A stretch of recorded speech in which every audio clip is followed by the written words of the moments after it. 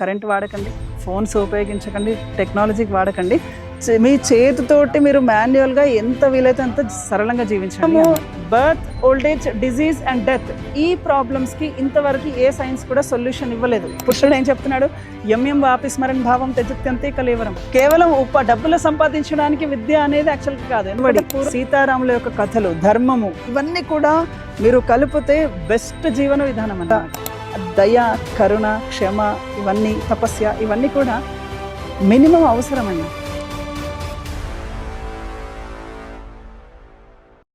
హరే కృష్ణ. కూర్మ గ్రామంకి స్వాగతం. సో యాక్చువల్గా ఈ కూర్మ గ్రామం ఎస్టాబ్లిష్ అయ్యి 2019లో స్టార్ట్ అయింది. ప్రస్తుతం ఇక్కడ 14 కుటుంబాలు ఉన్నారు. సో యాక్చువల్గా ఈ యొక్క గ్రామం ఎస్టాబ్లిష్ చేసింది పరమపూజ్య భక్తి వికాస స్వామి అని ఇస్కాన్ సన్యాసి. ఆయన గురువు ISKCON all over the world. ఇప్పుడు ఏదైతే ఇస్కాన్ మందిరాలు ఉన్నాయో దానికి సంస్థాపకాచార్యులు శ్రీల ప్రభుపాద. ఆయన ఇచ్చిన ఆదేశం మేరకే ఈ యొక్క భగవంతుడు ఇచ్చిన ఈ పూర్వ జీవన విధానాన్ని ఇక్కడ ఇంప్లిమెంట్ చేయడానికి ప్రయత్నిస్తున్నాం అన్నమాట. సో ఇక్కడ జీవన విధానం ఎలా అంటే, యాజ్ పర్ ద శాస్త్రం ప్రకారంగా 2 లోకాలు ఉంటాయి. ఒకటి ఆధ్యాత్మిక లోకము, ఒకటి భౌతిక లోకము. భౌతిక లోకం అంటే ప్రస్తుతం మనం ఉన్న లోకము. ఇక్కడ పుట్టుక, ముసలితనం, రోగాలు, మరణం అనేటివి కంపల్సరీ ఉంటాయి, ప్రతి జీవులకి ఉంటాయి. ఆధ్యాత్మిక లోకంలో ఈ దుఃఖాలు ఉండవు. కానీ జీవుడు ఎప్పటి వరకైతే భౌతిక కోరికలతోటి ఇక్కడనే ఉంటాడో అతను ఎప్పుడు కూడా ఆధ్యాత్మిక లోకానికి వెళ్ళడు. కాబట్టి మా గురువుగారు ఏమన్నారంటే, మీరు సరళంగా జీవించడానికి ప్రయత్నించండి. ఇప్పుడు మనం బయట చూడొచ్చు, ఎంప్లాయ్మెంట్ గురించి పరిగెత్తాలి, ప్రతిదీ బిల్స్ కడుతుండాలి, ప్రతిదీ కొంటుండాలి. సో ఇప్పుడు మనం ఆధునిక సమాజంలో చూడొచ్చు, అన్ఎంప్లాయ్మెంట్ ప్రాబ్లం కానీ, డైవర్స్ కేసెస్, క్రైమ్స్, తర్వాత ఇప్పుడు ప్రతి ఒక్క ఆహారంలో కూడా ఎంతో కల్తీ ఉంది, కెమికల్స్ ఉన్నాయి. ఈవెన్ ఎడ్యుకేషన్ సిస్టమ్ కూడా టూ మచ్ కాస్ట్లీ అయిపోయింది. తర్వాత ఇంకా వెస్టర్న్ ఆ యొక్క జీవన విధానమే కరెక్ట్ అన్న భావనలో వెళ్ళిపోతున్నారు. సో ఇలా మళ్ళీ అందరూ కూడా ఉమ్మడి కుటుంబాలు కూడా బ్రేక్ అయిపోతున్నాయి.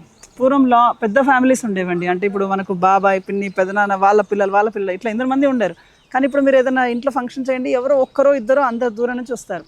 అంటే అందరూ బ్రేక్ అవుతున్నారు. ఈవెన్ హస్బెండ్ వైఫ్ కూడా ఒక్కొక్క దగ్గర ఉద్యోగాలు చేస్తున్నారు. దానివల్ల కూడా పిల్లల్ని ఎవరు హాస్టల్లో వేస్తున్నాం. ఈ హాస్టల్స్లో పిల్లలు పెరుగుతున్నారు. ఇలా ఫ్యామిలీస్ బ్రేక్ అవుతున్నాయి, ఆరోగ్యము పోతుంది, సరిగ్గా నిద్ర లేదు.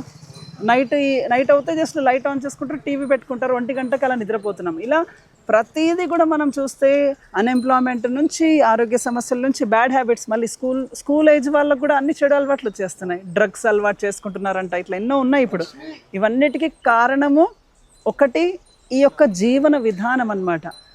అందుకనే పూర్వం నుంచి మీరు భారతదేశంలో చూడండి, అనాది నుంచి లక్షల సంవత్సరాల నుంచి ఏదైతే మ్యారేజ్ లైఫ్ ఉందో, కుటుంబ వ్యవస్థ ఉంది, ఆర్థిక వ్యవస్థ ఉంది, మాట తీరు, నడవడి, సీతారాముల యొక్క కథలు, ధర్మము, ఇవన్నీ కూడా మీరు కలిపితే బెస్ట్ జీవన విధానం అన్నమాట. సో అందుకనే మా గురువుగారు ఏమన్నారు, ఇక్కడ కూర్మగ్రామంలో కరెంట్ వాడకండి, ఫోన్స్ ఉపయోగించకండి, టెక్నాలజీకి వాడకండి. మీ చేతితోటి మీరు మాన్యువల్గా ఎంత వీలైతే అంత సరళంగా జీవించండి అన్నారు. అందుకే ఇక్కడ వ్యవసాయం చేయడము, మన బట్టలు మనం స్వయంగా దాన్ని తయారు చేసుకోవడము, అలానే ఇంకా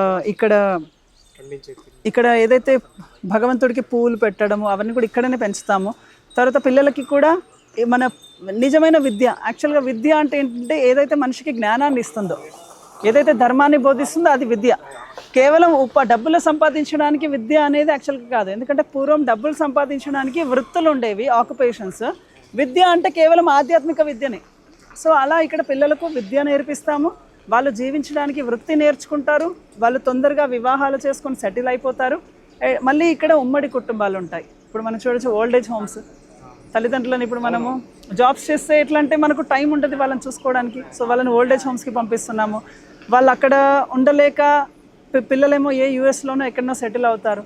సో ఇట్లా ఆ బ్రేకప్ లైఫ్ స్టైల్ నుంచి కూడా మనం కూర్మ గ్రామము దీనికి హెల్ప్ ఏమంటారు, ఒక alternative. It is not an alternative, ఇది ఒరిజినల్. దీని నుంచి తప్పిపోయినందుకు అన్ని సమస్యలు వస్తున్నాయి అన్నమాట. అలా సో ఈ కూర్మ గ్రామం 2019లో స్టార్ట్ అయింది.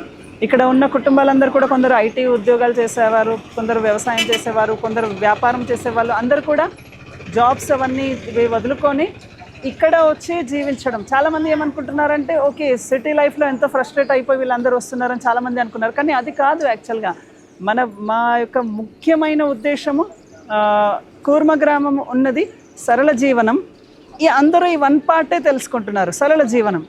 సరళంగా జీవించాలని ఎందరో ప్రయత్నిస్తున్నారు, కానీ యాక్చువల్గా మాది ఉన్నత చింతనం. ఉన్నత చింతనం అంటే యాక్చువల్గా మనము birth, old age, disease and death, ఈ ప్రాబ్లమ్స్కి ఇంతవరకు ఏ సైన్స్ కూడా సొల్యూషన్ ఇవ్వలేదు. పుట్టుక, ముసలితనం, రోగాలు, మరణానికి ఇంకేమనంటే ఇంకా తొందరగా చావు వస్తుంది, ఇంకా లేట్గా కూడా తొందరగా వస్తుంది. కానీ దీనికి సొల్యూషన్ మనకు భగవద్గీతలో కృష్ణుడు చెప్తున్నాడు. What is the solution? ఆ యొక్క దేహినోస్మిన్ యదా దేహే కౌమారం యవ్వనం జరా తదా దేహాంతర ప్రాప్తిర్ ధీరస్తత్రణ ముహ్యతి. కృష్ణుడు ఏమంటున్నాడు? జీవుడు శరీరాన్ని ధరించి ఆ శరీరం బాల్యం నుంచి యవ్వనము, యవ్వనం నుంచి ముసలితనము, తదా దేహాంతర, మళ్ళీ వేరే దేహం తీసుకుంటాడు. ఇలా మనం అనేక దేహాల్ని మారుస్తూనే ఉన్నాం. కానీ అర్జున మాముపేత్యాతు కౌంతేయ పునర్జన్మని విద్యతే. అర్జున, నేను ఇచ్చిన ఈ యొక్క తత్వాన్ని ఎవరైతే అర్థం చేసుకుంటారో, నన్ను తెలుసుకుంటారో, వాడికి పుట్టుక చావులు అనేటివి ఉండవు. కాబట్టి భగవంతుడిని తెలుసుకోవడానికి, కృష్ణుడు ఇచ్చిన విషయాలు తెలుసుకోవడానికి ఆయన ఇచ్చిన ఈ యొక్క జీవన విధానంలోకి వచ్చామన్నమాట. ఎందుకు ఈ జీవన విధానం అంటే కృష్ణుడు చూడండి ఆవుల గురించి చెప్పాడు, ఎడ్ల గురించి చెప్పాడు. ఎందుకు ఆవులు, ఎడ్లు? మీరు ఇక్కడ చూడండి సిమెంట్ వాడుతున్నాము, కానీ సిమెంట్ బదులు పూర్వము ఇసుక, సున్నం కలిపి గానుగ సున్నం వాడేవాళ్ళం. అంటే అక్కడ ఎడ్లని ఉపయోగించేవాళ్ళం. నీళ్లు లిఫ్ట్ చేయడానికి ఎడ్లతోటే మనం నీళ్ళు లిఫ్ట్ చేసి వ్యవసాయం చేయొచ్చు. ఎడ్లతోటే మనము అన్ని వస్తువుల్ని కూడా ఇక్కడ నుంచి ఇంకో దగ్గరికి ట్రాన్స్పోర్ట్ చేయొచ్చు. ఎడ్లు మనకు నిజంగా ఒక ఫాదర్ లాగా మనకు హెల్ప్ చేస్తాయి. కానీ ప్రస్తుతము ఆ ఎడ్ల బదులు మనము వెహికల్స్ కనుక్కున్నాం, మెషినరీ అంటే ఒక బైక్, ఏమంటారు, ట్రావెలింగ్ టెంపోస్, ఇన్ని కనుక్కున్నారు మెషిన్స్. ఇవి ఏమవుతున్నాయంటే ఆ ఎడ్లని రీప్లేస్ చేసినందుకు వీటిని ఏం చేస్తున్నారు? కషాయశాలకు వెళ్ళి చంపేసి బీఫ్ లాగా ఎక్స్పోర్ట్ చేస్తున్నారు. అంటే ఒక జీవి తను చేయాల్సిన పని మనిషి చేయనివ్వకుండా వాడు కొత్త మెషినరీ కనుక్కొని వీటిని చంపేసి తినేస్తున్నాడు. ఆవుల్ని చూడండి, మనకు తల్లి ఆ 9 నెలలు పాలిస్తుంది, కానీ ఆవు జీవితాంతం మనకు ఎప్పుడు ప్రొడ్యూస్ చేస్తూనే ఉంది. కానీ వీటిని కూడా కషాయశాలకు పంపిస్తున్నారు, బీఫ్ లాగా అమ్ముతున్నారు. అంటే ఇది ఒక విధంగా చెప్పాలంటే మానవ నాగరికత మినిమం. ఇక్కడ దేవుణ్ణి భక్తి ఇవన్నీ ఒక సైడ్ వదిలేయండి, కానీ మామూలుగా మానవ నాగరికత, దయ, కరుణ, క్షమ, ఇవన్నీ తపస్య, ఇవన్నీ కూడా మినిమం అవసరం అండి. ఇవి కూడా కోల్పోతున్నాం. అంటే ఒక ఆవుని, ఎడ్లని ఎప్పుడైతే చంపుతున్నాం కదా, అప్పుడు నాగరికత ఆటోమేటిక్గా మనుష్య జీవితం నుంచి జంతు నాగరికతకు వెళ్తున్నట్టు. సో అందుకని శాస్త్రం కరెక్ట్గా చెప్తుంది, live on land and cows. భూమి, ఆవుల మీద జీవించండి. ఎడ్లు మన తండ్రి. మనం చూడండి, మనకు వ్యవసాయం చేసి పెడుతుంది. ఇప్పుడు మనం ట్రాక్టర్స్ వాడంగానే ట్రాక్టర్స్ బరువుకి ఎన్నో జీవులు కింద భూమిలో నలిగి చనిపోతున్నాయి. ఓకే, కానీ ఆ ట్రాక్టర్స్ వరకు మీరు ఎడ్లను పెట్టండి, ఆ భూమి కూడా ఆనందపడుతుంది.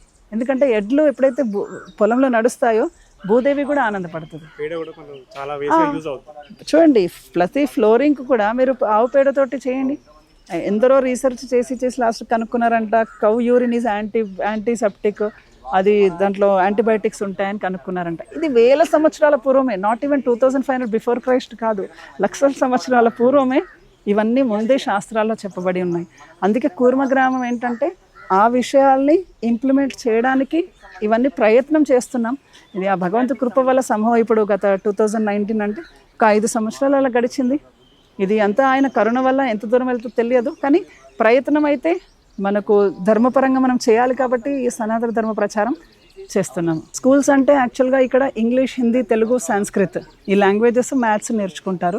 తర్వాత భాగవతము, భగవద్గీత, తర్వాత శ్రీల ప్రభుపాదుల వారు ఆచార్యులు ఇస్తున్న పుస్తకాలన్నీ కూడా వాళ్ళు స్టడీ చేస్తారు. తర్వాత సర్టెన్ ఏజ్ నుంచి వృత్తి నేర్చుకుంటారు, ఆక్యుపేషన్. సర్టెన్ ఏజ్ కాగానే వివాహం సెటిల్ అయిపోతారు వాళ్ళు. నెక్స్ట్ వాళ్ళు అదేవిధంగా ధార్మికంగా జీవితం కొనసాగి తర్వాత ఆఫ్టర్ ఏజ్ ఆఫ్ 50 వాళ్ళు పూర్తి ప్రచారం, భగవన్నామ ప్రచారంకి వెళ్ళిపోతారు. Slowly they will leave their body like that, భగవంతు స్మరణ చేసుకొని. కృష్ణుడు ఏం చెప్తున్నాడు? యమ్యం వాపి స్మరణ భావం త్యజత్యంతే కలేవరం. ఓ Arjuna, at the time of death whoever remembers me at the time of death. అంటే మరణించేటప్పుడు ఈ మనిషి ఎలాంటి ఆలోచనలతోటి ఉంటాడో అదే భావన నెక్స్ట్ జన్మలో పొందుతాడు. కానీ మాముపేత్యాతు కౌంతేయ, ఆ టైంలో ఎవరైనా నన్ను అంత్యకాలేచ మామేవ, నన్ను ఎప్పుడైనా అంత్యకాలంలో ఎవరైతే స్మరిస్తారో వాళ్ళకు మళ్ళీ జన్మ ఉండదని చెప్తున్నాడు. సో అందుకనే ఈ life is a preparation for the death. The death is to remember the holy name of the lord. భగవంతుని గుర్తు చేసుకోవడానికి, ఆయన నామం గుర్తు చేసుకోవడానికి మరణ సమయంలో ఎవరైతే గుర్తు చేసుకుంటారో వాళ్ళు ఈ జన్మ మృత్యు చక్రం నుంచి బయటపడతారు. ఇది కూర్మగ్రామం ఉద్దేశం, మెయిన్ పర్పస్. ఇది న్యాచురల్ లైఫ్. ఇప్పుడు చెరువులలో ఈత కొట్టడము, కొండల్లోకి వెళ్ళి తిరిగి రావడం, బాయిలల్లో దూకి స్విమ్మింగ్ చేయడం, అర్థమవుతుంది కదండి. ఇవన్నీ న్యాచురల్ లైఫ్. ఇది ఆటోమేటిక్గా అందరు ఇప్పుడు మాది ఇక్కడ గుర్ర బండి తెచ్చాం, పిల్లలు గుర్రం నడిపిస్తారు ఇక్కడ పిల్లలు. సో ఇదంతా న్యాచురల్ లైఫ్ ఇది. సో వాళ్ళు సహజంగా హ్యాపీగా ఉంటారు. అదే make your life simple and chant Hare Krishna. Hare Krishna. కృష్ణుడి యొక్క నామం చెప్పండి, సరళంగా జీవించండి. హరే కృష్ణ. హరే కృష్ణ. హరే కృష్ణ.